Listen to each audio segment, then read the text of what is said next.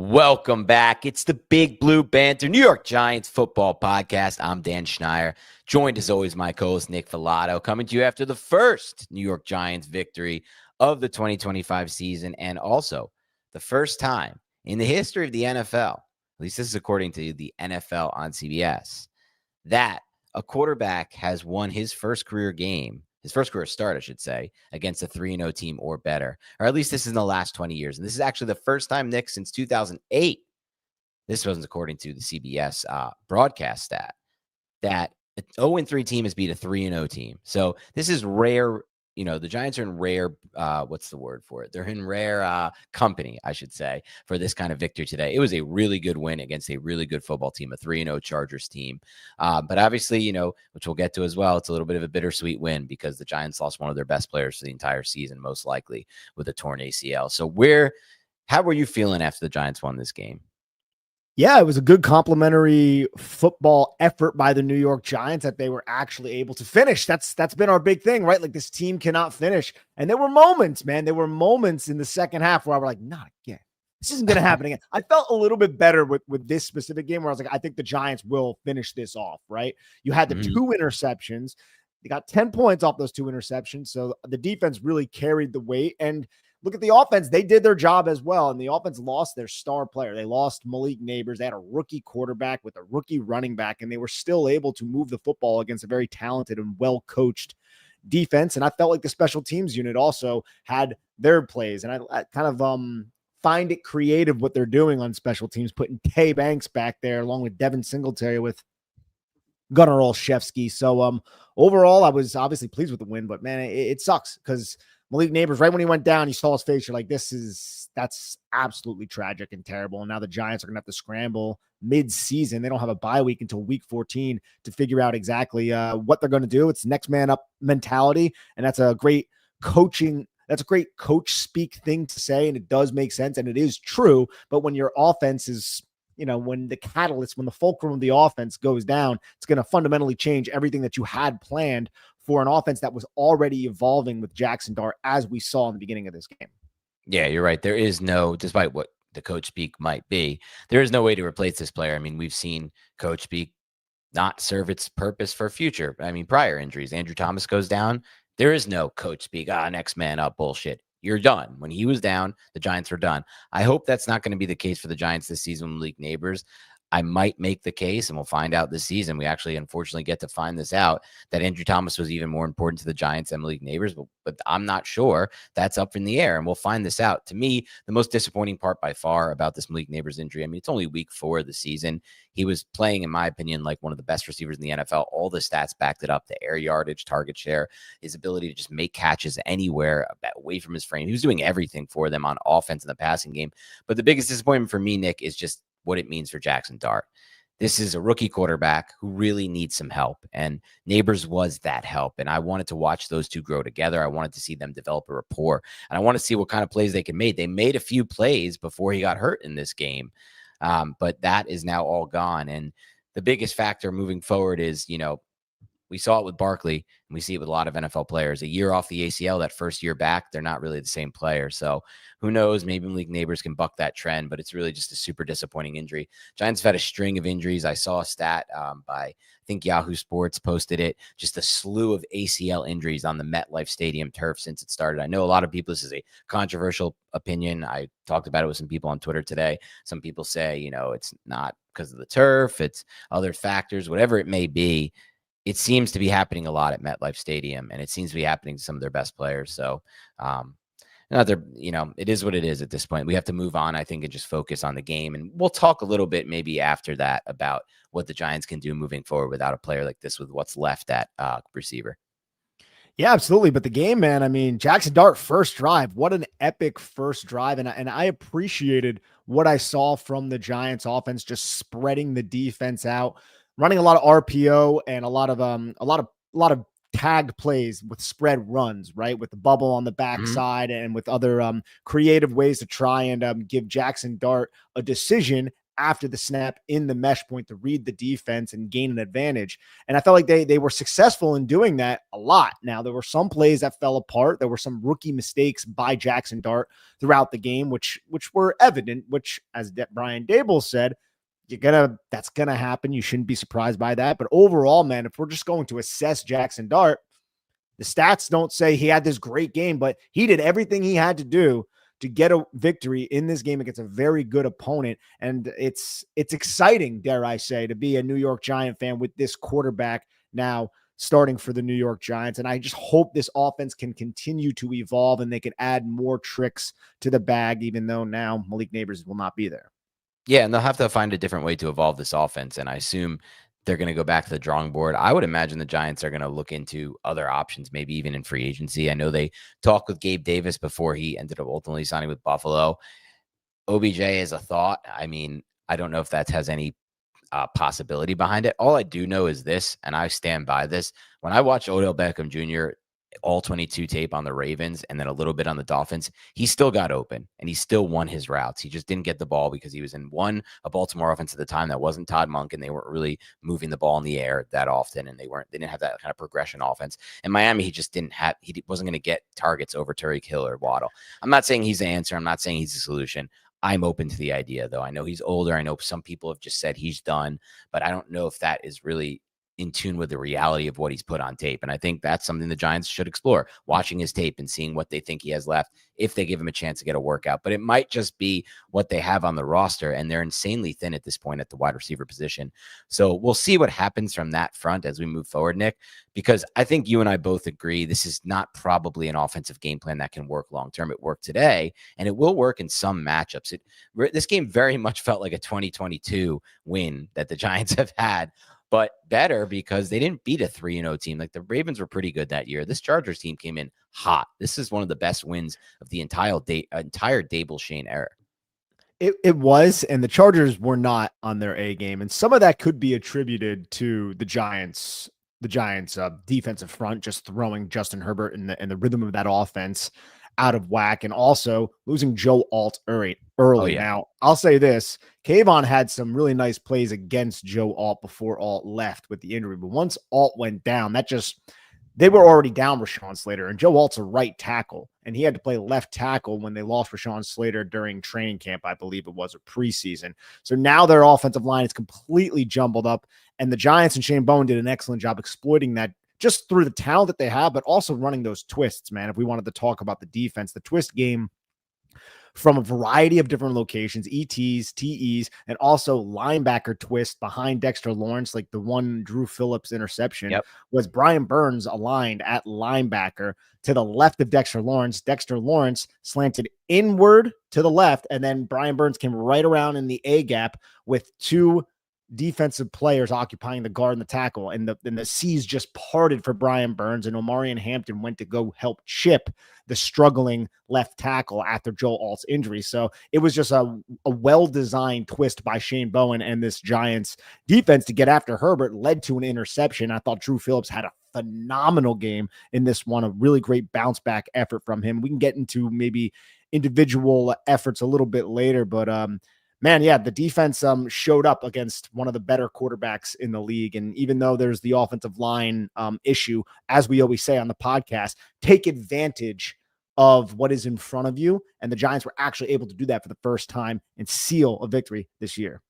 Yeah, for sure. And there's a lot to talk about when it comes to this game. And I don't mean to have a little bit of like a Debbie Downer type mindset, but I'll just going to fan the way that I'm going to fan. And this is just how I am as a fan. And I know a lot of people share this fandom because it's hard to get too excited about this game because it's just an over looming feeling of what's going on with Malik Neighbors. That's one of our best players, and he's very important to them winning football games this year. He's very important to Jaxson Dart's development, and he's out for the year in week 4. And it's just not something I can just get over in the snap of the fingers and just not think about it as I move forward. But we will, because I want to talk about this offense and this defense in this game. And I want to talk about offensively some of the things that I liked from Jaxson Dart in his first start. Because like you said, it wasn't like he lit the world on fire, but he made a lot of big plays and big moments. Some of those third down conversions were truly phenomenal plays that we haven't seen. And we said last week, like, if the Giants are going to win this game, and beat a 3-0 Chargers team that doesn't really or hasn't really not shown up for Coach Jim Harbaugh. Like, they were 4-1 in 1 o'clock start East Coast games before this one. Now they're 4-2. Like, they're not a team that doesn't show up because of things. They will have to do it because Jaxson Dart would upgrade the offense. And I really believe he upgraded the run game. I think the Giants ran the ball very well today when you factor in the context, which is this Chargers run defense has not let up anything on the ground prior to this game. And the Giants found a lot of success with Scadaboo, some success with Jaxson Dart as well. And that's not something they would have got from Russell Wilson. So he made a massive impact there. And then on the third downs, the two big ones for me, the end of the game, Theo Johnson one, and then the one to Darius Slayton out of backed up out of their own end zone. On the last one to Theo Johnson, Dable talked about it after the game. That was something Jaxson Dart saw in film study and made the change for Theo Johnson to sit down and zone there. That was a really smart, savvy thing for a rookie to be able to do. And I think overall, he just looked calm and composed for making his first start. Exactly. Calm and composed. And that's all you can really ask for. And it makes sense why the rushing attack was able to get something going on the ground. And I think Scadaboo only averaged like 3.2 yards per carry. So he had a couple of those nice some like runs. Red zone carries, like running that some down. of them were certainly that, but it wasn't like there were plays where he was getting bottled up. Like Scadaboo is a phenomenal talent. He's physical, and it seems like he's going to develop to be one of the more tough running backs to just get down on the ground. Like you can't arm tackle that guy. His contact balance is dare I say teetering on elite. Like that's what it seems like at this point, right? Can he do that throughout the season? We'll have to see. But the Chargers run defense, it's not like they had these glaring holes, but like when you have Jaxson Dart as the quarterback, you need to be disciplined when he goes into the mesh point. As we always talk about, those backside pursuit defenders, they need to respect Jaxson Dart's ability to run the football. And the Giants also got creative with how they wanted to use Jaxson Dart. We saw how many 3-4 quarterback draws. The one was on like a third and 4 or whatever in the red zone when everybody was already predicting it. And that one just absolutely fell apart. Not the best decision. The red zone offense is still certainly a concern, even though the Giants had 2 red zone touchdowns. So, I want to applaud that, but we saw still there.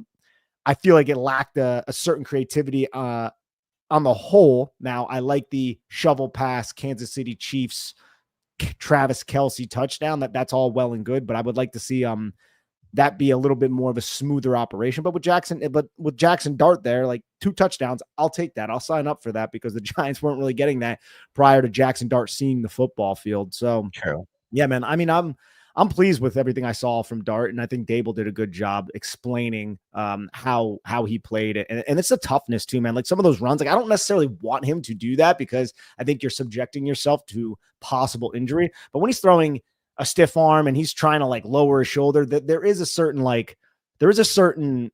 I know that as a competitor that you want. Like Daniel Jones had that trait too. And I respected that about Daniel Jones. And I respect that about a player like Jaxson Dart, but this is the NFL, man. Those are grown men. And if you give them an opportunity to take a shot on you, they're going to. So that's one. I just hope he's a little bit smarter with that as we move forward, because I don't want the kid to get hurt. Yeah, on that note, I don't expect him to be, Nick, because I did see before the game a quote from, I believe it was either Dan Duggan or Art or one of the beats, who just said it was a quote from Dart's high school coach. And he was like, good luck getting Dart to change that. I tried to hell to get him to, or maybe it was the USC coach when he first there, tried to hell to get him to change that. And that just ain't happening. And I don't think Dable's going to have that kind of control over him either, to be completely honest. I'll be honest with you. I didn't think this was a great game from Dable either. I thought if the Giants lost this game, it would have been on him. Thought some of the coaching decisions were terrible. The field goal, I think you take a field goal in the red zone there with the way your defense is playing. Though, honestly, it's not totally his fault because they should have scored that touchdown. We talked about the red zone offense being inept and still having its issues. Well, guess what? That should have been a touchdown in the red zone, but it's Wan'Dale Robinson who he's throwing to. Yeah, but that was also an off-script play by Jaxson Dart, and that's a whole nother conversation with Jaxson Dart and we can maybe focus on that play specifically. But I want to make this point about Dart.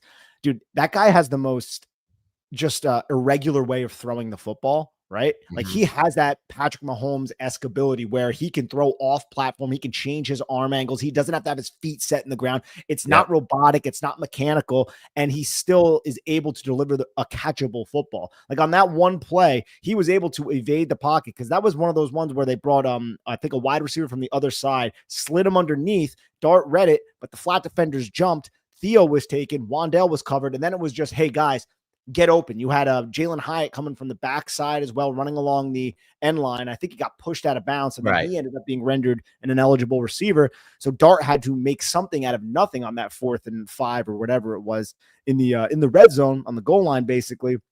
And when he threw the ball up to Wan'Dale Robinson, it's like I kind of wish, like, I respect that Theo didn't just knock Wan'Dale Robinson out of the way, but they were both like in that general area, and I kind of wish he did, because I think Theo Johnson comes down with that. Like Wan'Dale Robinson, and this is just so circumstantial, I guess, but Wan'Dale Robinson's 5'7", and he does not, and he has like the smallest hands of any wide receiver in the entire National Football League. Like, I just wish that maybe that's something that it's not something that I guess you could just do. Like, it's something that you just need to know, right? Like, just go up there like a basketball player and get it. But it was, I guess, more towards Wan'Dale Robinson. Just an unfortunate circumstance for the Giants. But that's a problem of Wan'Dale Robinson. Wan'Dale Robinson has a role. I don't want to say just a niche player, but he's not going to be able to jump up and command a catch point. He's 5'7". That's not what he's going to be able to do. And we're lucky that didn't come back and bite us in the ass.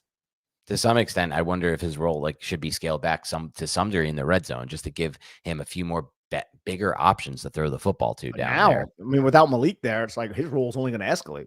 Yeah. They don't really have any depth. I would say this, as far as Dart's first start goes, other things that stood out to me, I thought something that he showed in the preseason and at times at Ole Miss that got me excited, which is he understands how to manage pockets in the sense of stepping up through the pocket. And he did that multiple times, stepped up through the pocket and then threw the ball once to Neighbors for a completion and a first down. One, I'm forgetting who the other one was to, but multiple times made plays. That I think is going to continue to be good. And even on that broken play in the red zone, that was a good job by him to evade the pocket and create something for himself.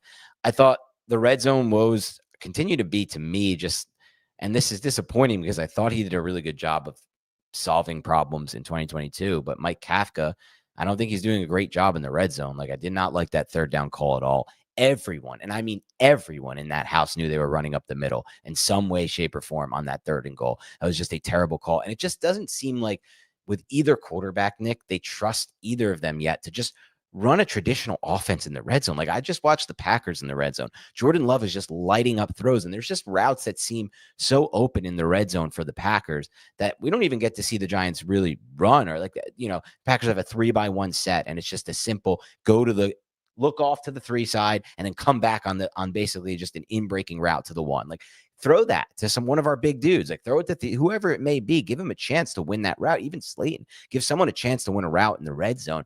Also, it's like something Greg Olsen said today when I was watching the early game, the London game. It's like, no matter how many times he sees it, Greg Olsen said, nobody seems to be able to stop the fake handoff to the running back. Then the running back just goes out into the flat. And you know this too, I'm sure, Nick. Like, watching the NFL, it's always wide open for a touchdown. And yet we're not running. When we've run it at times with Dable and Kafka. We haven't run it yet this year, if I'm not mistaken. But I might be misremembering a play we misexecuted. Just seems like we're not finding easy solutions in the red zone, but we're also not trusting either of these quarterbacks to do anything in the red zone. No, and we're not. And Brian Dable made a comment after the game where he was like, we wanted to run the football in the red zone. We really worked on that in practice. And when you look at their red zone appearances, it seemed like that's what they were trying to do. They were trying to run the football. They were trying to command and dictate on the in the trenches with their offensive line. And I felt like the Giants offensive line overall did a solid job against a good Chargers defensive front. But it's not necessarily a unit that gets like a ton of push up front, right? Like this offensive approach, and I want to watch the All-22 to confirm some of this, to see what some of those downfield route concepts were.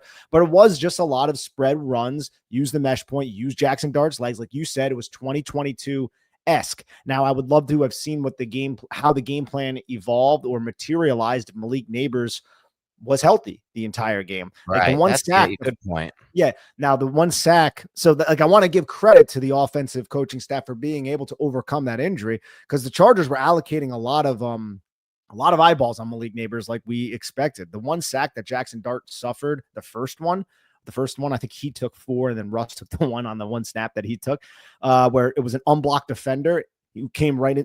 I almost said something crazy there, who went right into the pocket and hit him in the face. It was just like a simulated pressure where 2 guys dropped underneath Malik Neighbors, who ran a Yeah. quick in route, and there was somebody over top. So it's basically like a 3-on-1 with Malik Neighbors. That's just how the zone coverage ended up after the snap. And then Jermaine Illuminor had to block down on the inside gap. So no one accounted for him. That's on the quarterback. That's on Jaxson Dart. Little mistakes like that are going to happen. But it was just the Chargers dropping off of coverage and being like, we're going to sink underneath Malik Neighbors and remove him as an option. Because it ended up being one of those 3-by-1 sets where it was 2-by-2, fast 3, hike, and then Jaxson Dart looked towards Malik Neighbors because there was a defender that was removed from that side, but they dropped 2 off the line. So all of there's a lot going on defensively, what I'm saying right now. But all of that is now not going to be there without Malik Neighbors in the game. So that's going to allow these defenses to be much more even with their approach. And they could remove Wandale if it's that guy. It's the Giants are in for a much different type of defensive look game by game now, since they don't have a star receiver to plan around. As we said, the catalyst of the offense, unfortunately, it seems like might have tore his ACL, according to Rappaport. And that's really the biggest concern I have moving forward. It's the idea of, will this really impact Jaxson Dart's development? Because not only does he not have a receiver that's supposed to be his number one for the next 10 years to build a rapport with, that's a wasted year of rapport that they have to then restart. But also, our defense is going to be able to really just constrict everything against the Giants. I'm hoping the answer to that is no. I think Darius Slayton's a capable wide receiver, honestly. And I believe that behind him, things are a little shaky. But Wandale has his role, like you've talked about. Maybe we can get something out of Hyatt. I don't know. It's not great, though. And I think you're right. Like, we will see a lot of game plans like this, but like, this is in some ways a winning formula. It's not going to happen every week. Like, the Giants won this game because of their defense and because of the turnovers. They had 2 near pick sixes. That's obviously not going to happen every game. There's a lot of regression that comes in that regard, but also not going to play a team as good as the Chargers every game. So you may not need pick sixes every game. And there will be games like this one. If you want to flip it, we can get back to the offense in a moment and just talk about like some of the things that we saw, what we liked, or just like what we can do moving forward with this team. Because we haven't even mentioned it yet, but Andrew Thomas played the entire game and played it well, probably. I mean, I'll wait for the All-22 to confirm that, but looked like he played a pretty good game and, more importantly, played the entire game, Andrew Thomas. But on the defensive side of the ball, like, this is the recipe we've been waiting for. And I see people saying, Nick, like, because I saw Mina Kimes tweet, like, Justin Herbert faced over a 50% pressure rate in this game, despite posting a lightning quick 2.5 seconds to throw, which is kind of crazy to think about. Like, Justin Herbert was getting the ball out fast, but he was pressured immediately. It wasn't like a game where he's sitting and waiting and then getting the pressure comes to him. That's how fast these pressures were coming for the Giants. And there's a few other stats I have on this that just show how dominant this Giants team was in this game from a pressure standpoint. But you may say, like, some people have said to me, Nick, after this game, like, oh, well, the Chargers lost Joe Alt and they have another backup at the other tackle position. So, like, this is like, whatever, this doesn't count. It's like, well, guess what? It's the NFL. Like, teams are going to continue to get injured on the offensive line.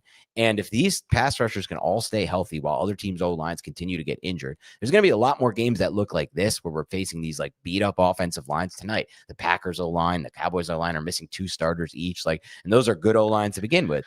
And they're not going to have Justin Herbert behind center getting rid of the football in 2.5 seconds. Absolutely. And look, the way the Giants are employing the skill set of Abdul Carter also worked perfectly against this Chargers team, who had miscommunications on how to handle someone who might be blitzing from a variety of different locations. And I think the Giants leaned into that as well. And also, just, you could just put him out at tackle, and it's like Abdul Carter is going to rip through either their left tackle or their right tackle. He had 9 pressures in this game. Burns had 6. Kayvon had 5. All 3 of them were on fire. Dexter Lawrence was batting passes down. He's intercepting the football, running it all the way down to Justin Herbert just touched his foot. A big sexy Dexy pick 6 would have been absolutely amazing to watch. It was very close. Giants only got 3 after that one too. That would have been big for them. But yeah, no, the defense dictated, and they took advantage of a weaker matchup, and that was their trump card in this game. Dan, was we have a great pass rush. You just lost your right or your left tackle. That sucks. But guess what? We are going to scheme against that dude in this line, and we don't even have to blitz that much, because we're going to win with 4, and we're just going to win with twists and games up front. And that's exactly what the New York Giants did.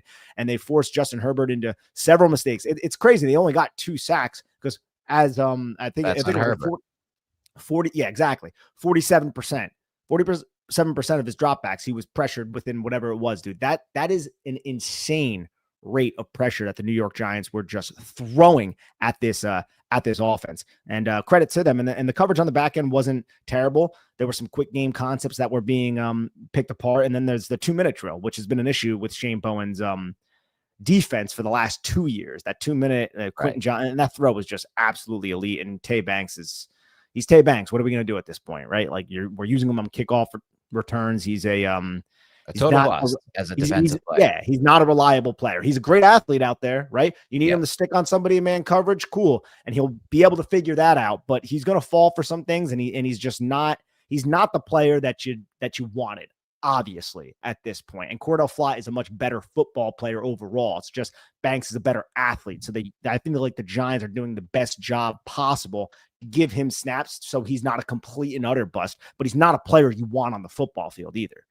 Well, yeah, I mean, when it comes to Banks, this is, something that NFL GMs will fall for, and it's not, you have to kind of do it, right? You're trying to project how these players will evolve and develop in the NFL, and you're trying to project traits that will work against some of the best athletes in the world. Like, you have to try to find people that will match up with a freak like George Pickens. See how he looked in that? Like, so you're obviously not just going to take corners who are, super skilled or super technically skilled at the college level. Like, you took a risk on Banks. You drafted an athlete that you hope would develop, but he's really, in my opinion, one of the lowest IQ players I've watched on the Giants in a long time. And that's not something that I'm sure that's when they drafted him, they weren't putting that high up in the reasons for drafting him. It was, we want this athlete we think can stick in man coverage. And the rest will come with it. But like, the 3rd and 18 run, like for him to just go inside on that, it's like over and over, he's making these same mistakes. And even I saw the still shot. I don't know if you saw it, and it's just a still shot, but like the move that Quentin Johnson put on him at the end of that half, like it was so obvious that he was going to try to run a double move there. Like, why the hell did he fall for that like stupid looking lunge? It's the end of the half, dude. Like, you do not need to be biting on that underneath stop route. You can get to it and stop him for 12 yards regardless. What you don't want to do is give up that over-the-top touchdown. No, exactly. And it's also, look, it's the low IQ thing, but it's also, and I don't want to question the guy's effort, but it just seems like when he's going into contact sometimes, like he takes these really stupid angles towards blockers instead of like doing like the most simple things, like staying to the outside and then throwing a hit on Justin Herbert. And I wouldn't question this if this wasn't a thing that I've seen on film several times over the last 3 years, especially last year. A little bit, there's not really as much, there's especially last year. So he's just a wildly frustrating player that we just kind of stomach at this point as New York Giants fan base. Put him out there and be like, hey, he can maybe stay near CeeDee Lamb and give up a catch, but at least he's in the area code of him. But overall, man, it's a wild disappointment. Yeah, I mean, it's a super disappointment for a player that the Giants traded up to draft. So it was a hubris pick, but some people blame Wink Martindale for it. I can tell you with certainty, the GMs make picks that there's no like defensive coordinator who has the power to make a draft pick. But like it's a team operation. Yeah. And he says he wants his player, but Joe Shane loved the player too and decided to trade up because he couldn't risk not getting him. He wasn't like, I'll just throw out everything I want because my coordinator wants a player. Like, that's not how this thing works. A lot of people on Twitter were trying to tell me that today. Like, it's like, that's not how this works. Like, and it hasn't happened with any draft pick in the history of the NFL. These GMs get one opportunity to be a general manager in the NFL. They are definitely not deferring draft picks, especially in the first round, to coordinators. They're going to listen to what they say, and then they're going to do their job, which is to scout the player. And obviously this was a player who they liked from a developmental standpoint, and he's just not developing into the player they want him to be. But I mean, when you have a day like today, like and really a season like it's been so far, where you're just getting nothing out of an entire draft class, it's tough to win. It's tough to win long term. And that's the problem the Giants face right now as they deal with injuries. They don't have any depth behind these injured players because they haven't drafted very well in some of these drafts. 2023 is the biggest example of that. But more importantly about the game today, and not just what happened with Deonte Banks out there, I feel like, and you may disagree with this, I actually thought, and because the numbers don't show it, I thought the run defense was pretty damn good today, with the exception of like that one. They have like one or two bad plays a game, just like versus the Cowboys, and same thing for last week where they just screw up. And that one of the runs that today was just Newbin taking another bad angle to the ball. It He wasn't just, just Newbin, though. It wasn't just yeah, Newbin. Newbin was right. middle of the field closed. He was coming from depth. Yes, he did take a bad angle. He's I think he had a wildly disappointing game because he had like Yeah. 3 or 4 other missed tackles, and he might not, PFF might not attribute them as missed tackles. He got ran over a couple times, but watching him on tape, he's going to come away, I guarantee, being the guy we need to see more from. But with that said, Okereke was the one who flew, because that was another GH counter run, right? And I haven't seen the all 22 of it,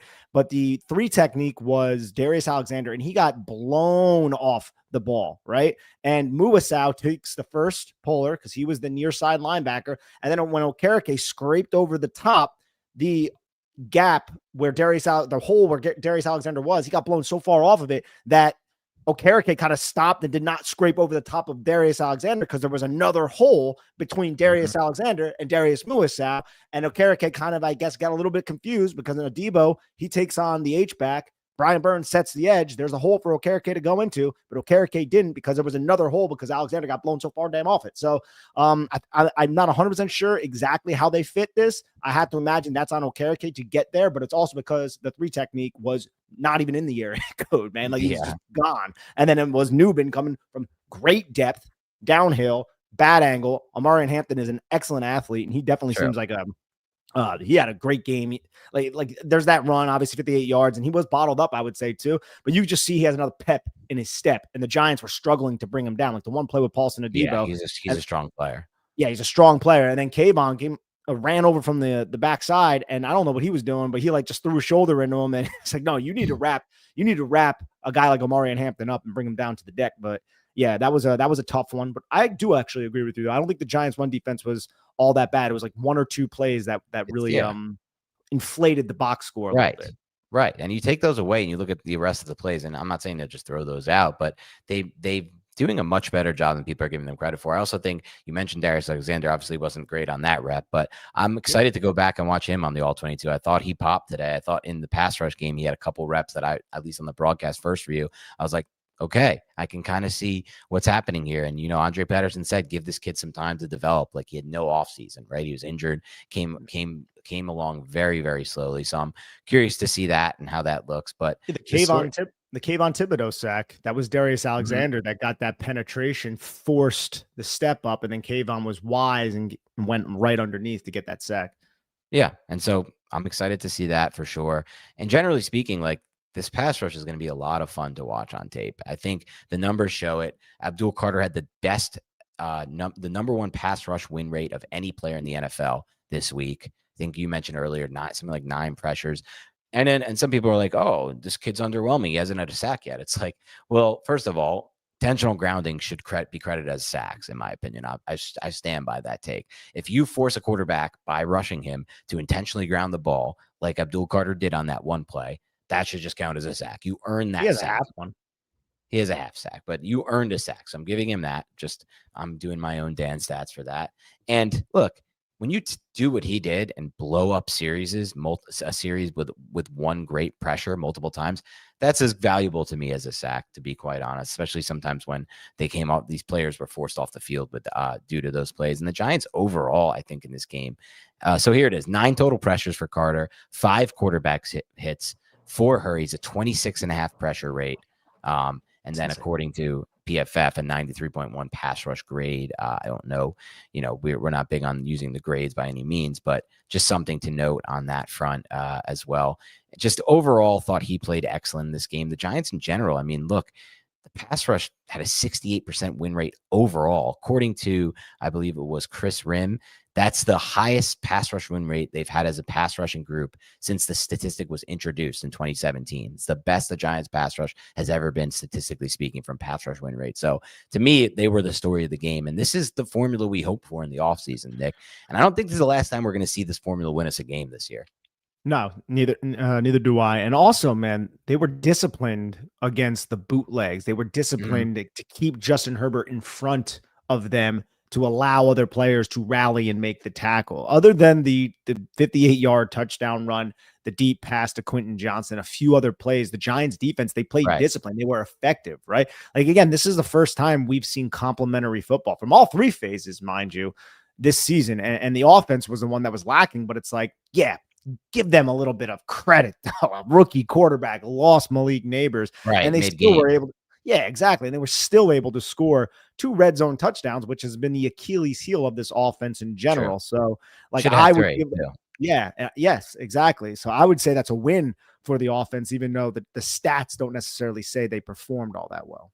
Yeah, I think that's a great point. And like I said, like the good news moving forward, even with Malik Neighbors out for the year, most likely, we don't know that confirmed, but multiple Ian Rappaport reported it, and just people that usually wouldn't report something like that. And I think we could all kind of see, when you see that leg give out like that on the turf, it's just when you're planting on that turf. I mean, there's a reason why there's more injuries. The stats show it. There's more injuries on turf than grass. The fact that the NFL, this is me going on a soapbox for a second, Nick, the fact that the NFL can pull in over 11 billion of revenue in a single calendar year, but cannot afford to all just, they step in, the owners collectively step in, and just every single owner does a collective agreement that we're all going to agree to put in money to give grass fields here and maintain that. It's a $10 billion revenue business. Like, you can afford to do that for the sake of the game and for the sake of your players and the people that you supposedly care about, which are your players. But more importantly, long-term, it's good for your fans too, because you're keeping your best players on the field in the game more often over time. It's really just ridiculous to me that any teams are playing with turf at this point. I know it's expensive to do grass, and I think somebody said something about how it's like Woody Johnson is the reason the Giants don't have it, and it's not Mara's fault. Whatever it may be, then again, NFL, Roger Goodell, you step in, you force all 32 owners to do it. Collectively, they agree to pool money together. That's it for me. That's how I feel, and I'll never move off of that. But you could tell when he planted that, it's probably an ACL, unfortunately, for the Giants. Yeah, and that was reported to by Rappaport, but MRI will have to confirm it. But yeah, no, that's a terrible loss. But if we're gonna talk a little bit more about the defense, there were a few other players like Darius Muasau. I felt like had a very good game. Yeah, some against the run, and then also him reading that screen that forced it was a 4-yard loss. And then on the next play, Omarion Hampton almost ends up getting the first down on like a 3rd and 24 or something absolutely ridiculous, or it was a 2nd and 24. 2nd and 23. Yeah, We have a 3rd and 18, and then almost 2nd and 23 or something, which is just silly. And then what was it? Abdul Carter hitting Justin Herbert on the next play that forced an intentional grounding. Yeah, no, that's Carter. Just I have nothing but praise to usher onto that. He looks like a serious football player, and he's not even aligning at his position that you could argue would maximize his stats as much, but he's still having such a huge impact on the game. And he is the Swiss Army knife of this defense, handling so many different roles as a rookie, which is something from a mental standpoint, from a football IQ standpoint, we should talk about more, because that's a lot. That's a burden to place on this kid's shoulders, and he's handling it well. Great point. And that just shows you even more signs that like he's going to be it. Like he's going to be a very long-term, amazing focal point asset for the Giants to build around. And it just goes back to a little bit what we discussed before, where like it clicks sometimes for these guys mentally. This guy's being asked to play essentially 3 different roles on this defense, really 2 different roles, but 3 different roles if you count some of the snaps he's had like on the interior, on defensive tackle, and over the nose. Versus a guy like Banks, who was a first-round pick who just can't seem to play one role right and can't seem to mentally get on the right page, which is unfortunate. But on the flip side, it's fortunate when it comes to Carter. I think it's pretty clear he's going to be a star in this league. I know the sacks aren't there yet, but the sacks are a very overrated stat when it comes to pass rushers. This guy had 9 pressures in this game, and like you just mentioned, literally saved probably a touchdown with that forced intentional grounding on Justin Herbert. But I will say this, Nick, like maybe we won't face an offensive line as injured as this one, but we're going to face some bad O-lines moving forward. And we're going to face, more importantly, some quarterbacks who are not going to be able to get rid of the football the way Justin Herbert does, not going to be able to throw from the angles he can throw from, with the power that he can throw from. So I think this is a formula that, like, as we move forward, can win us football games. Like the Giants could easily be 2-2 right now, first of all, through this tough schedule. If they had won that Dallas game where they just made stupid mistakes to lose that game. And with Jaxson Dart, hopefully there's a spark there for them to just use this formula. And it's going to have to be the same thing we've seen, which is protecting the football. And I know you mentioned it earlier, Nick, so I wanted to bring back to it.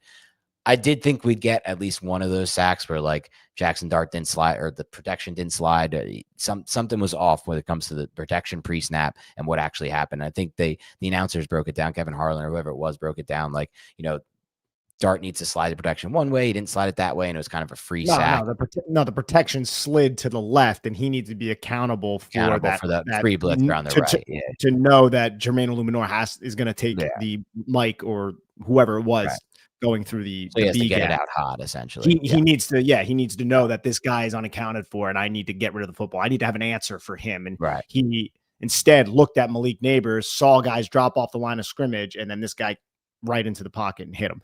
And we're going to have those. I predicted we'd have at least one of those this week, and we got one of those. But there's also a couple times I thought that, he just held the ball too long in the pocket and took sacks for that reason too. I'm trying to think of any sacks that were on the offensive line. I don't know if there were any. I saw, according to, and I don't know if these are accurate, but I think, and Monty posted this, so he probably knows the formula. According to some formula, maybe it's PFF's or somebody's, 4 of the 6 sacks were attributed to Dart and 2 were attributed to O-line. I don't really know who uses that formula, but I tend to more agree with you. This offensive line played pretty damn well from a pass protection standpoint. I felt like it too. And that one to a Pelotu, that guy had 3 sacks in this game. He was everywhere. Yeah, he's a beast. They drafted him out of USC a few years ago, right? Yep.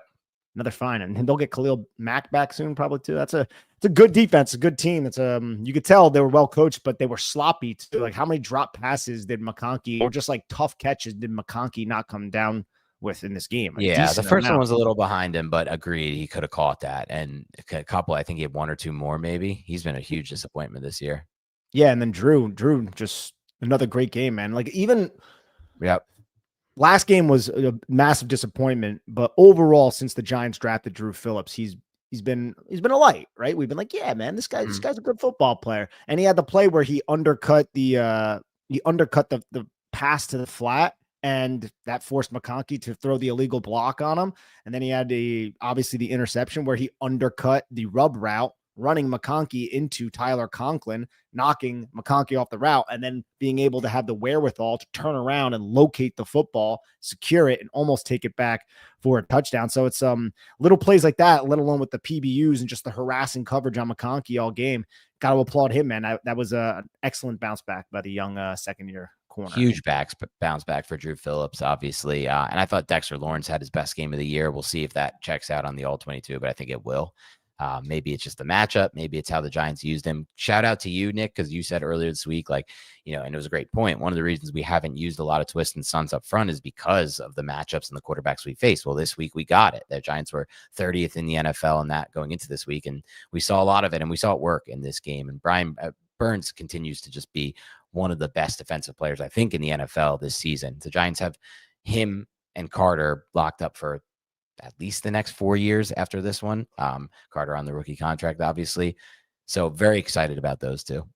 Same, man. Same. There's some foundational pieces on this team. Let's see if they can ever put together consistent winning. That remains to be seen. But right now, we're at least thinking positively about our rookie quarterback who performed well and did enough to secure a victory for the New York Giants. Obviously, the cold water is everything that we talked about earlier with Malik Neighbors. Yeah, and yeah, exactly what you said. They did what they needed to do to win. They beat a 3-0 Chargers team. Like, just to go over it again, for those who missed at the beginning, like, it's the first time since 2008 that an 0-3 team beat a 3-0 team. This doesn't happen in the NFL. When you go 0-3 and you face the 3-0 team, you just lose. We watch those teams lose that game every single time, except for this one. For now, it's what? 17 years since that happened. That's a long time that the Giants were able to pull something like this off. It was a really good victory, and they led the whole way, start to finish. They led the whole way. And look, man, you look at the stats. The Chargers outgained the Giants by almost 100 yards, but they turned the football over twice. They committed 14 penalties for over 100 yards, whereas the Giants only committed 8 for 43. Right? The Giants were actually efficient on third down. A lot of that should you just be attributed or is attributed to Jaxson Dart and his legs, man. I felt like he did a great job when he didn't see his first read or his second read, using his legs whenever he confirmed man coverage. He's going to force defensive coordinators to keep a spy on him, and he's proven that. Just get down, right? Yeah, just get down. We'll just have to deal with that, and unfortunately. the Giants also had the football for more than 10 minutes. So they were having those long, methodical drives, and they did that all throughout the second half and in the first half, where they were just running the football with Cam Scatterville. All right, now it's Devin Singletary. We're going to run with Devin Singletary. Here's a 10-yard gain by Jaxson Dart. Here's a little 16-yard pass by or to Darius Slayton. I love that play because how many times, I think there were 2 drives where the Giants were backed up within their own 5-yard line. And the one was the 3rd and 6, where he's in his end zone, feeling comfortable, having control of the situation. And he's pointing at Darius Slayton saying, come back to me, come back. And then he finds him and locates Darius Slayton. So like little things like that I look at and I'm like, this is a rookie who seems so calm under pressure. And that's something that I want for my rookie. There's so many quarterbacks that do not seem calm under pressure. Like, remember when like Zach Wilson's and the players like that is not what we're getting from Jaxson Dart. Will he make rookie mistakes? Of course he's going to make rookie mistakes. We saw plenty of them in this game, but it's that I can make that mistake. I can learn from that mistake, and then I cannot make that mistake again. I will learn from my mistakes, and I'm going to, whether I'm making mistakes or not, I'm going to handle the situation in a confident and calm and poised manner. And I'm going to lead this football team despite the fact that I just turned 22 years old or whatever. Yeah, I completely agree with everything you said there. And I think it's borne out by the stats. Like the Giants came into this game struggling on third downs, and they were 7 of 13 on third downs, over 50%. And more than a few of those were Jaxson Dart. You talked about the one with Slayton. I talked earlier about the one at the end of the game to seal the game with Theo Johnson, which was something that he saw in film study and got and changed. Also, this one wasn't even a third down conversion, but that 13-yard pass was a 14-yard pass on the middle of the field. I believe it was to Bellinger on like a 2nd and 15 situation, or maybe that was, was it conversion? The Bellinger one, and I didn't get this, man. The Bellinger one and the Devin Singletary one, which they didn't convert. When I saw the ball get spotted, I'm like, what are these refs seeing? I'm sitting here like an asshole just watching this tape, and I'm like, Bellinger obviously got that first down. He got twisted up, nothing hit the ground. Yeah. And then that was a wise challenge by Brian Dable. He threw the challenge flag, and I thought the other one was a wise challenge. Yes, you didn't get the conversion, but you moved the football up 6 inches, allowing yourself to get the conversion. Those are really important 6 inches. I don't know where you're going with that, but I'm just saying, like a football field, you need space. Yeah, you do need space on a football field, Nick. Where's your mind, bro? I don't know. I just didn't like that challenge personally because I thought I didn't want to waste the timeout in the second half. But I guess I can understand that if he thought he was right, and he was technically right, which I was surprised you lose a timeout when the spot is wrong. If you challenge a spot that's wrong, you shouldn't lose a timeout, I think. But I guess technically. Did they lose a timeout? Because they got one of them. They lost the timeout because they challenge for the first down and not I think so. Okay, gotcha. I would have just challenged the spot. I don't even know, but not the point. Point being, like that conversion over the middle of the field throw to Bellinger, I thought was really fun. Like I think we'll find throws we like when we watch the tape. But I think the key is what you said. 1, he improved the red zone offense. 2, he improved the run game overall. The Giants' run game was much better with Jaxson Dart in the game. 3, the red zone offense, despite not being perfect and still having its flaws, was much so improved. So those 3 things all happen. In addition to that, he looked poised and calm. Like he is going to make plays for them with or without Malik Neighbors this year. But I do think like we'll see what happens when it comes to this offense. Like where do you see this offense moving forward without Malik Neighbors? I think it is going to be a next man up. It's just the way the defenses play it, right? I think there's going to be more play scheme probably to Darius Slayton, but Darius Slayton is not going to receive the attention that Malik Neighbors was receiving from defenses. So I think the Giants might struggle a little bit more to run the football because the defenses might be playing a little bit closer unless Jaxson Dart can hit and connect on some plays downfield. I would like to see the tight ends get a little bit more involved in the passing attack, like Theo Johnson. And look, Theo Johnson to me, I still think he's he got in the end zone. That's great. I love the shuffle pass. He's still a frustrating player who I think is a little bit slow, right? But he can, I still see him as a big bodied target who can be a mismatch against a lot of these like 6'1", 6'2" linebackers and some of these safeties. And I want to believe that there's a more effective football player in there with a little bit more time under his belt. But I think I would like to just see that more, a little bit more tight ends, and then a little bit more creativity. And they're going to rely on the rushing attack. I think the Giants are going to try to run the football more and control the clock and be a little bit maybe, I don't know if conservative is the right word, because I think Jaxson Dart has the penchant to attack downfield. If there's, middle of the field close, looks off the safety, I'll take that shot. Right. But you don't have Malik Neighbors now to climb that proverbial ladder and come down with the Yeah. football, which was such an asset. That's what he was trying to do on the play where Malik Neighbors got injured, right? Now it's going to be Darius Lee. And I think the Giants are going to bring somebody in too. I do. I don't know who. I don't know if it's going to be a trade. I don't know if it'll be a free agent. I have no idea if they'll pluck somebody off the practice squad. How much value will that person have, even if they do decide to do that? I am unsure of all those things, but I don't think the Giants are going to go forward with this wide receiver room exactly, because I don't know how much faith they have in a guy like Jalen Hyatt. Now, he was earning some snaps, though, I think, before Malik Neighbors got injured. Yeah. And I would love for it to be like, hey, Jalen Hyatt, we trust you. I just don't think the coaching staff trusts him all that much. I'm sure Joe Shane wants them to trust him, but I just like the guy hardly sees the field. What have they shown us to suggest that they believe in this player? Nothing so far, with the exception of him playing a little bit more today. But now he has to play, at least for now. Like, you may be right. They may be looking into other players they can bring in. But at the same time, that may not be something that happens immediately. That could be a few weeks down the line. I also never really liked the idea of trading for wide receivers at the deadline. I saw it with Amari Cooper last year, just couldn't pick up the Bills offense, just didn't have enough time, and there's no rapport with the quarterback. It's just kind of, to me, a hopeless and fruitless thing for the most part. There's very few examples I can remember of it working out in the NFL level. Probably are some, but especially with this offense. That's why it would have to be like a Gabe Davis, somebody who knows the offense. Right, with the offense. Yeah. And now that Davis is signed, I don't even know who else could even like fit that bill. Like Isaiah Hodgins, can we get him back on the team? Mostly joking, but like, that's kind of where my mind goes. That's why even the idea of like Beckham, it could be just too far fetched because he's never played in a Brian Daboll offense, and it would definitely take some time to get him acclimated for sure. So we'll see what happens. It could look a lot like the 2022 offense for the rest of the year, which will lead to some frustrations for us. I'm pretty sure when we lose these games, but there will be some times where this formula can work, especially if this pass rush continues to evolve.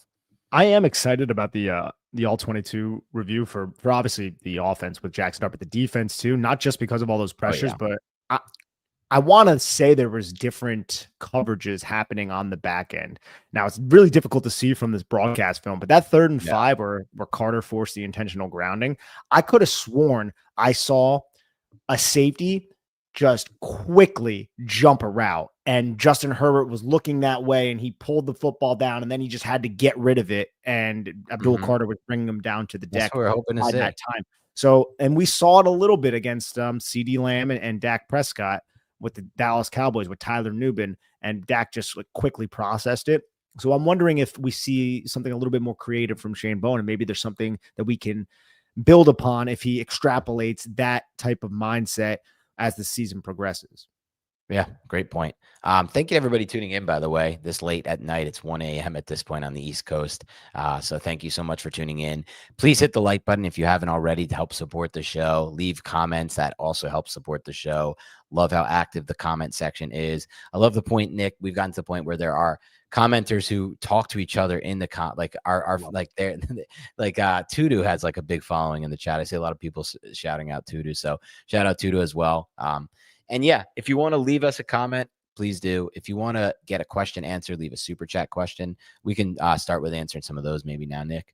Yeah, yes, sir. Thank you so much. It's so great to finally see Carter get to be an edge. Yes. I mean, we saw some of that through the first 3 games as well, but he's being used all over the place, but we appreciate it nonetheless. He also says start Bellinger. Better for off script with Dart.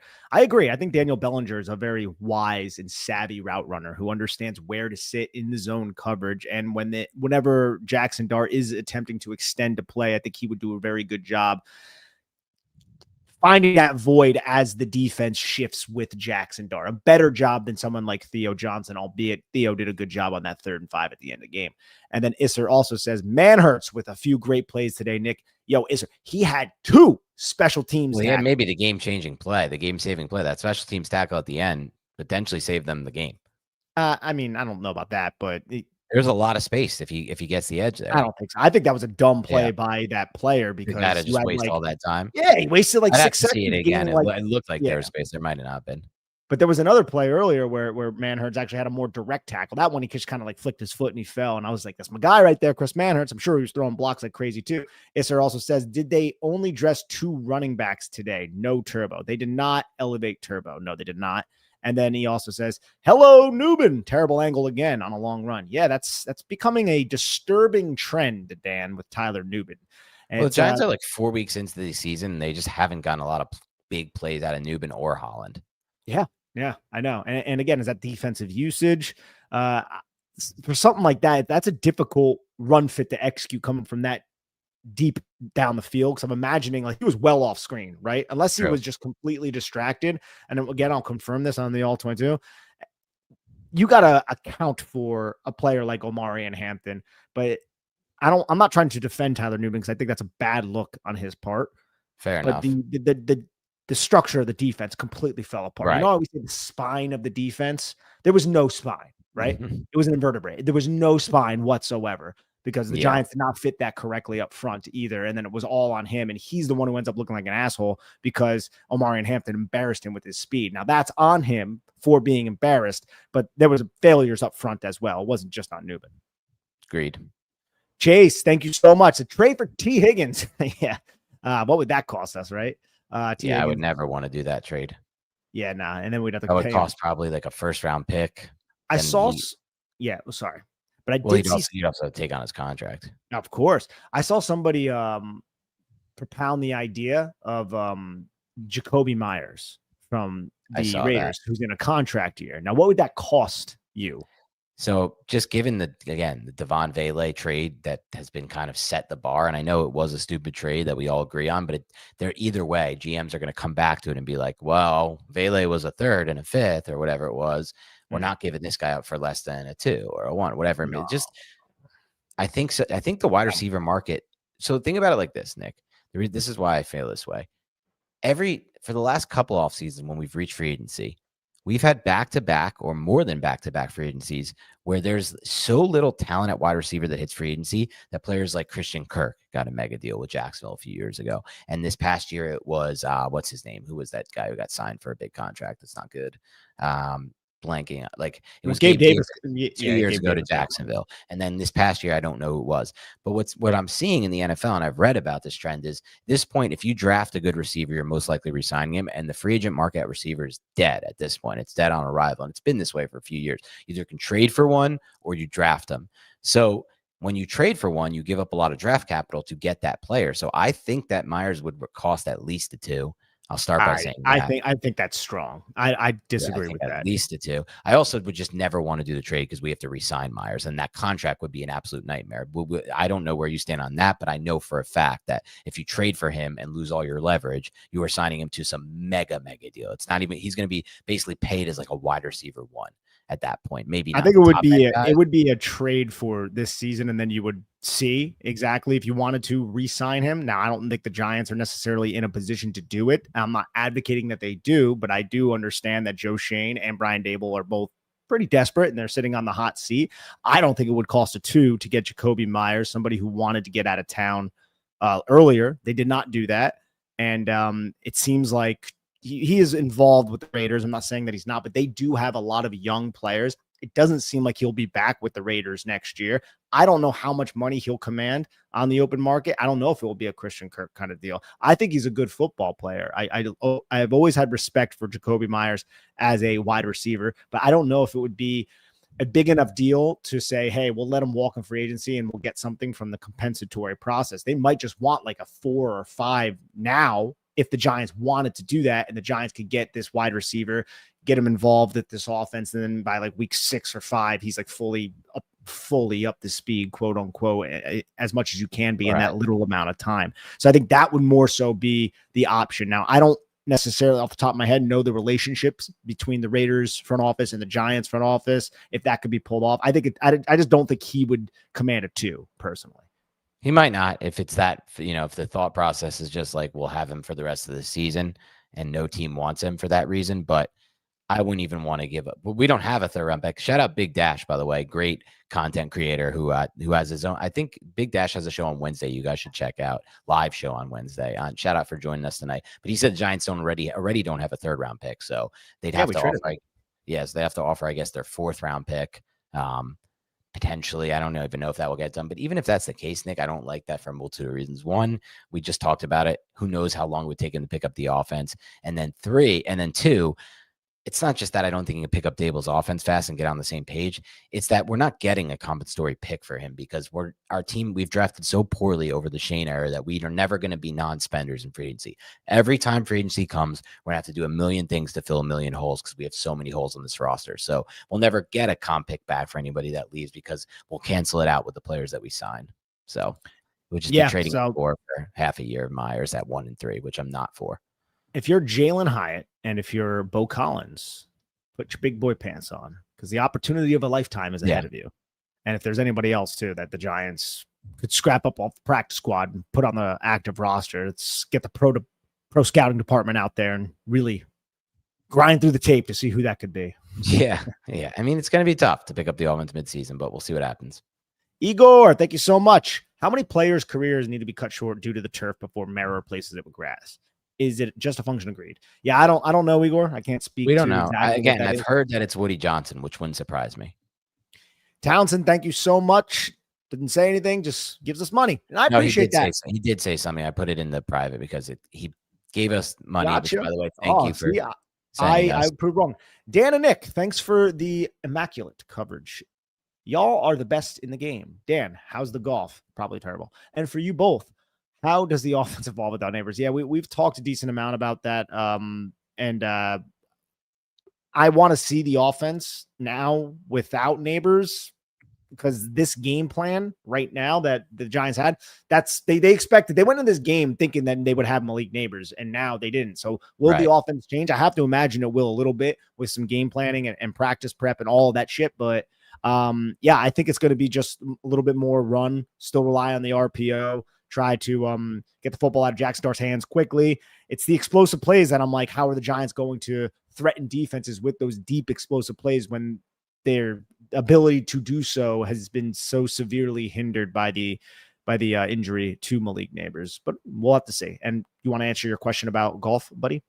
I'll be brief. My golf game is at the best it's ever been. I took a nice jump at the end of this season. I'm at a 15.1 handicap right now with an 83 at Burn, or an 83 at the Knoll West from the Blues and an 84 at Burn in 2 of my last 5 rounds. That really brought the cap into a low point. But I did just come off a horrible round this past Saturday. It was at Weequahic, Nick. I've played Weequahic twice now. I played it before they redid it, and I've now played it after. I hate that course. It's a short course, which I don't like. I like long courses. I'd rather be hitting irons and wedges after my tee shot. And it's just so freaking narrow, and you're just getting peppered with balls from other people who are just 4. I can't even tell you how many 4 calls I heard that day because it's such a narrow course. Just not for me. Weequahic. I'm out on it completely. Gotcha. Well, thank you so much, Townsend. And Morgan G, thank you. Says prolonging Dable, Kafka, Bowen with wins is fool's gold. Watching DJ and Saquon win all these games elsewhere with solid organizations is the evidence we need. We can't argue with that right now, right? I mean, these guys are winning games elsewhere, but more importantly with us, it's just hard to argue for Dable, Kafka, and Bowen right now. I don't, we'll see when we watch the tape, Nick, but I don't particularly feel like this was Bowen doing anything. Like you said, there were some interesting things at times, but I just feel like the players played really well and made a lot of big plays in this game on defense. And on the offensive side of the ball, I said I want to see if that happens. Yeah, right. I saw it on a 3rd and 5. On just a play, on one play, right? Yeah, but we're not like seeing like these crazy game plans that we see from some of these. Like you watch Mike McDonald against Kyler Murray, it's like, okay, well there we go. Like this is what it really looks like when you have a great defensive mind. On the other side of the ball, we did some better things in the run game. I feel like a lot of that can be attributed to Dart being on the field. The red zone offense still has its struggles. And, most importantly, we're watching Daniel Jones find a lot of success without Brian Dable. And Brian Dable had him for 4 years and couldn't really get any passing success out of him. So it's definitely, like Morgan says, a knock on the coaching staff. How could it not be? Yeah, and I also think it's independent of just those two having success that we can look at Dable, Kafka, and Bowen and be like, there's something wrong with this coaching staff. Yeah, Dable specifically. Even in this game, there were some moments where I was just scratching my head, man. Luckily, we won anyway. Yeah, and imagine if we didn't. Kevin H, thank you. Said, do you think there's a chance Dart continues to look good and we finish 7-10 or 8-9 and Mara still fire Shane Dable? I hope so. I kind of don't. I think if they, I'm with you. 7-10, that there's no way Mara, he's going to allow Dable and Shane to stay on for another season, unless there's some internal strife and Mara has a tip that there are some real players that want to coach this team. Yeah, maybe in that case, but I don't even think Mara's like in tune enough to take advantage of something like that. Personally, we'll see. We'll see if I'm wrong about that. I just think if this team goes 7, if they start to win a lot of games, Dable will keep his job. Though I don't feel confident about him long term. Yes, sir. Thank you so much again. Says hope Dart learns to throw away instead of a sack. Yeah. And all that stuff will happen with time, Yeah, right? he's a Like rookie. We knew we were going to yeah. take some bad sacks to start the season. Look, dude, there are bad sacks, and then like those were bad, but then there's like I have no idea what I'm doing. Like we've seen so many quarterbacks play like that. Like that wasn't Jaxson Dart today. That was my first read's not there, my second read's not there. All right, let me just try to use my legs. I see this lane, and then the lane gets removed, and then he gets his eyes back downfield, and then he's getting hit by that point. Like I can tolerate that in small spurts in the first couple games of this dude's career. He's getting adjusted to the speed of the game. Pat Monahan, thank you so much. Says Neighbors is so fun. He could have been offensive player of the year. I'm depressed. Maybe Dart is legit and there's a future here, but this feels so bad. Step up, fellas. Go GL number 1. Yeah, Pat. It's unfortunate, man. I feel terrible for Leak, and that's something that it's crazy because if this doesn't happen and he doesn't get hurt today, this is like the best celebration we ever had. It is very tough to feel fully invested in celebrating when you know that one of their best players, who's an irreplaceable player, who really lowers their ceiling so much by not being on the field, is just done for the year in week 4. And more importantly, again, it's just like this development with Dart that he was going to have and how he was going to help Dart play better football. Oh my God. And after the touchdown, the first touchdown, you see Malik Neighbors was like the first guy to go up. It was just so hyped, man. That I also agree with. He was really into this whole Dart thing. And we started to hear that today from Diana Rossini and a few people before the game that were like, no, despite what some other beat reporters reported earlier in this week, the Giants players were happy and excited about this change and like believe it will bring some energy, which it clearly did. I feel like the team played really motivated today and they played with a ton of energy and you could feel it. My brother, who was at the game, and we went last week for the Chiefs game, said it was like night and day being at the stadium this week versus last week, just the entire energy of the stadium. And then he said it did feel like a lot of it went away when Neighbors got hurt, but it was reinvigorated then in the second half once the Giants kind of held that lead and made some big plays on defense. So I think the energy was clear that it's better with Dart in there at quarterback. No offense to Russell Wilson or anything like that. So it sucks that him and Neighbors won't get to grow together this season, but we're just gonna have to hope that Neighbors comes back strong from it. Yeah, man. Igor, thank you. Are you concerned that it seemed that the only way Dart was effective was on the RPOs? Only his first game, but he wasn't effective in the pocket. I want to wait and see. There were some quick game concepts I felt like he was fine with, and there were some not downfield concepts, but there were concepts where he went progressions and he found options, OTB routes and things like that. Yeah. So I don't know if I necessarily agree. Some third down conversions that weren't that weren't just RPOs. Yeah. So, but I want to see that be maybe more consistent, more used, but like, I'm not going to read too far into it. The game plan was working for what the Giants were attempting to do against the Chargers, slowly deflate and their approach and not allow their offense to have the football all that long. So, yeah, we'll see how it evolves though. What wide receiver should we trade for? Yeah, Danny, we talked decent amount about that. Thank you so much for the donation. I don't know exactly. Myers was a name that I saw people talking about on Giants Twitter, but I'm unsure. Oh, did someone tell you to change your magnets, Dan? It's time. Oh, Diego with the Dan, change the O. How could you see that, Diego? How good are your eyes? I can't see shit over there, man. I'm 1 and 3. He was right, Diego. Diego is the man. Thank you, Diego. Tuto, what's going on, buddy? He says, much respect, Kings of New York Giants, Nick and Dan, all diehard Giant fans across the pond. Greetings from our entire team in Italy. Oh, you guys are out of Scotland now? Welcome back to Italy. Great Giants live show as always. Cheers, lads. Hey, man, we always appreciate you so much. I want to say you have another one, so I want to read that one right now too, Tuto. Really respect you. Says, Nick, Giants defense tackling horrible, mate. Giants got to hire a few rugby union coordinators and train them how to tackle correctly and ground them into the spot. No catch or yards allowed, period.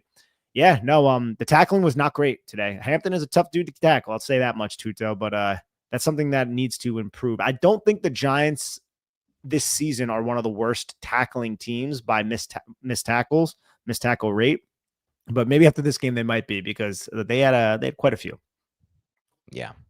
All right. Hey, Kyle Kilday, thank you so much, man. This is very kind. Dude. Yeah. Insane donation, Kyle. That's crazy, man. Thank you. We really appreciate it. Drinks on me, fellas.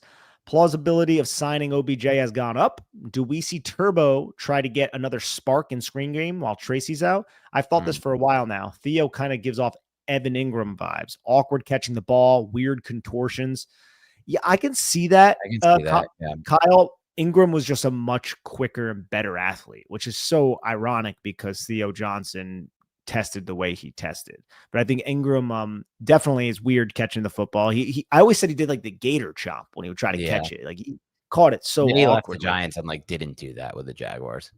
Which was annoying. And as for OBJ, we talked about that, the plausibility of him signing. Again, I don't know how much the Giants want to add a player like that, but any wide receiver, I guess the plausibility of them signing with the Giants went up with an injury like that. And as for Turbo, I would love to see Turbo brought up. Yeah. See if, I don't know if it would just necessarily help the screen game. The Giants screen game in this season has not been great, but during training camp, haven't faced a lot of teams that have blitzed. Like that's part of it. That is part of it. Absolutely. So we'll see. We'll see. I mean, I wonder if they're going to rock with just Scat and Singletary. Like what if something happened to what would be their next option there? They would just probably give all the snap. The same thing happened tonight with the Cowboys. They just had up Miles Sanders and Javonte Williams, and Sanders got hurt. So they just start to use their fullback on third downs from passing downs, like in pass protection. So I think the Giants, maybe they'd start to use Bellinger. I don't even know what they would do if they got an in-game injury to one of those backs. Interesting. Isser asks a good question. Thank you so much again, Kyle. Wish we had kept Dulcich as tight end wide receiver. Big, fast target. Yeah, I wonder if he's like the best receiving tight end we had. I mean, I don't want to say that, though, because Bellinger has done nothing to suggest that he's not that. Because Daniel Bellinger has been a very reliable receiver for the Giants. It seems like he's out there a decent amount whenever the Giants are in 12 personnel. I just want to see more as a receiver from Theo, even though he's the one who caught the shovel pass touchdown. Igor, thank you so much. How happy are we that we got Carter over Hunter? Yeah, that's I am very happy about that. But now is not the time to celebrate that because it would be nice to have Travis Hunter in our wide receiver room right now. Yeah. But I do agree that Carter was the right pick there. Yeah. So far. Ronald, thank you so much. I can't believe we schemed the touchdown. Right? Isn't that crazy, bro? I think that he has like one of those a game, Kafka, that's worked in the red zone. Yeah. So we had the one with Dart came in and he had the A-gap run a couple weeks ago. I think was that 2 weeks? Was that not the Chiefs game, but the Cowboys game? And then we had this one with Scadaboo lead blocking. Odell said players call MetLife Death Life. LOL. Yeah, Ronald, I saw that. That's crazy, man. Well, that's probably true. That's why. He's not lying about it. No, he's not. And then Ronald also says, "Are we worried about crayon eating style of play from Dart and Scadaboo?" I feel like that's a slight at the Marines right there. All right, I feel like it's Daniel Jones head injury all over again. Yeah, it's kind of wild, man. Cam Scadaboo definitely has a personality. Oh yeah, he runs with a lot of energy and doesn't stop. Very physical guy. Very physical guy. For sure. Tuto also says, Nick, please suit me up in the Giants gear, and I'll promise you something about any quarterbacks, ball carriers, offensive line will walk off. Love it. Yeah, no, man. I'm sure we got to get you in at linebacker, Tuto. Yes, absolutely. JC NYC says, what's up with the Debo? I mean, I thought he was fine in this game. I mean, he got bullied. He went too high on a player like Omari and Hampton. Yeah.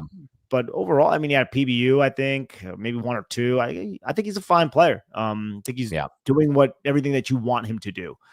Isser also says, would Drew Phillips be better as a box safety type? I don't know. I think Drew Phillips is arguably our best cornerback. So I think probably Paulson would be number one, but he's in that conversation as well. Yeah, I think it's fair. And Flott's fine too. He was picked on a little bit in that 2-minute drill, but Flott has exceeded my expectations this season. Yeah, the Chargers only had like 320 yards of total offense, and one of that was that huge play with Hampton. That was 2 huge plays, Quentin Johnson. And the Johnson one, right. You take I mean, that's 2 big plays, and other than that. Everything else was underneath. It's like that's what the Giants wanted to do, right? It was a lot of quick game, and then the Giants just had to rally and tackle. And they weren't terrible rallying and tackling in those situations. They were terrible rallying and tackling whenever Omari and Hampton found a crease. That's when it got really bad. They just underestimated how good of a football player he is and how difficult he is to bring down to the deck. Giants players looked much more dialed in mentally. Yes, you're right, sir. I do agree. They were they seemed to certainly be dialed in mentally. And we also have Chicklet. Thank you. What is the one thing Dart needs to improve on without looking at the all 22? And Burns is the best trade Joe has made. Yeah. Brian Burns might be one of the best trades or acquisitions the Giants have had since who? Montrell Roll? Maybe that goes back Is it far. that? But Is it that far? as far as players they traded for that have turned out to be good, good trades, good players, probably can't think of any others. They don't acquire a lot of players via trade. Or just signings too? Oh, just signings too. Yeah, maybe. I mean, yeah, right. Like, I don't know who can have the impact that he's had, right? And they pay him a lot, but who cares? It doesn't really matter. The cap is nothing of no importance. As far as the first part of the question goes, a great question. I think for me, it's just, what Nick talked about a little bit earlier, recognition of stuff, like trying to eliminate the plays that we talked about where like, no protection is sliding one way and there's going to be a free rusher coming at you. You need to get the ball out hot and you need to have a solution to get the ball out because we didn't have that sack in one of the 3 games with Russell Wilson. We just didn't. And that's because he's a veteran. He's not going to have that type of moment. And those are going to happen for Dart. I'm not saying they should go away right away, but to me, it's just improvement of recognition and just seeing the field faster. Yeah, seeing the field a little bit faster, and it was highlighted during the broadcast where Bo Collins had like a 15-yard comeback right at the first down. Yeah, and the leverage post snap was just saying throw the comeback, it's going to be open, throw the comeback, and that's the one where like I agree with you, Nick, and I think they broke it down, and you just did a great job explaining it based on the leverage. But those are always the ones where like. And I don't know, but I see like Kurt Warner or somebody who's like a past quarterback break these types. Not this one specifically. He didn't touch on this play, but like play like that down specifically on Twitter. He's like, no, you guys like this is bullshit analysis because like you don't know what the progression is. And like he may be taught to not even be looking to that backside of that, or that may be considered, you know what I mean? So it's like hard. No, of course. And I don't know what the progression is, but it was a pre to post snap. I know what you're saying. Based on the leverage, he should be able to find that solution. Yeah. Yes, exactly. Maybe that's right, but maybe that's not something that he's going to find like week 1 of his rookie season, regardless. No, I mean, but that's to the question that Chicklet asked. True. What can get better, right? Yeah. Carlos, this is our last super chat. Carlos, thank you so much. Have you guys talked about Hyatt? Just logged on. Yeah, we talked a little bit about him. Like he was earning snaps before Malik Neighbors. I want to say got injured, but the guy's a wind sprint runner at this point. The Giants don't script any plays for this. That's kind of crazy, right? They don't. Like they design plays for Slayton, they design plays for Wandale, Theo, they don't design anything for like Jalen Hyatt is going to get the football when the entire play is broken down, Jaxson Dart's first and second read are not there, and he's running around like crazy, and somehow it's a broken play. Like that's how this guy is going to get the football. True. Maybe not now since Malik Neighbors is injured and the Giants will have an entire week of game planning with this wide receiver core. Maybe we'll see some, but it's pretty obvious the Giants don't love this player for someone that they traded up for. Right. So like that sucks. That's an unfortunate thing. Hopefully we can get now gets an opportunity to change that narrative. The best opportunity he's going to get, at least with the Giants. Yes, I'm right there with you. Whew, this was a fun one, Dan. Yep. Great win for the Giants. Yeah, they won a game against a 3-0 team. It's an amazing win. They showed something today. Jaxson Dart won his first start ever as a New York Giant. That's also awesome. Obviously, the Neighbors thing, it's tough to get over for me. It really is. And I've mentioned that a few times, but it just is. And I'll be thinking about that like all week, honestly, Nick, and for a long time. But we have to get over it and we have to move forward. And hopefully some of these receivers can step up and make plays because the Giants are surely going to need to move the ball a little bit. That's 250. What was it? 238 yards offense or 250 yards offense. You're probably not going to win too many games like that, but they did beat a very good team today winning like that. So maybe you can win some games doing that. And it seems like that'll be the formula moving forward, at least for the time being, until they get a little bit more of an established pass game going. Yeah. We're going to see a different, like this was a positive game script for the Giants. Like one of the Giants ever in positive game good script. Point. We didn't have to throw. Yeah. They had 14 completions. They threw 21 passes in this game. Right. What will this offense look like when the Giants are down a touchdown? Which we've seen a lot of that over the last couple of years. We'll have to wait and see. Hopefully it won't be this week. Hopefully they can get to 2-3. If they can get to 2-3 against the Saints team, then they go into a Thursday night game at home against the Eagles and probably a 5-0 Eagles team. That would be nothing better, nothing more fun for a Giants fan than if we could somehow get to 3-3 by giving the Eagles their first loss this season. But that's way too down the line. Giants could easily lose to the Saints next week. I don't know. We can't be saying anything just yet. Short week on the road in a very hostile place. So they haven't played as bad anyway. The Saints is like what they're supposed to be. Like they were in this game against the Bills for a while. It's like 31-23 at one point. One possession game toward the end. So we'll see what happens. So bad too. Saints. It would have been Leak returning to At Oh, least, yeah, and in a dome, yeah. dude, in a dome, I feel like Dart could have lit it up with Malik in a dome. I think we would have had over the top touchdown for sure. But maybe he can find that with Slayton. You never know. It's possible. Maybe Wandell. I don't know. Maybe Hyatt. Maybe Hyatt can do Maybe something. Hyatt. Yes, remember that Sweet. guy? Who knows? But thank you for tuning into the Big Blue Banter podcast. We really appreciate it. Please hit the like button if you haven't already. Subscribe, rate, like. Please leave comments. Help this channel grow. And tomorrow's going to be the all 22 film review, offense and defense. That should be a lot of fun. It's a win. Like, we don't get to do that a lot. Offense, not a lot of plays, but we're going to break them all down. And there's going to be some good big time conversions from Dart that I want to break down, and some of the big throws that he made in this game. I'm really excited to break those down with you, Nick. And then also, of course, we'll go over the problems in the red zone and things of that nature. And then defense just seems like it's going to be a lot of fun to break that film down. So thank you so much for listening. Have a great rest of your night or morning, depending on when you're listening to this. And we'll talk to you soon.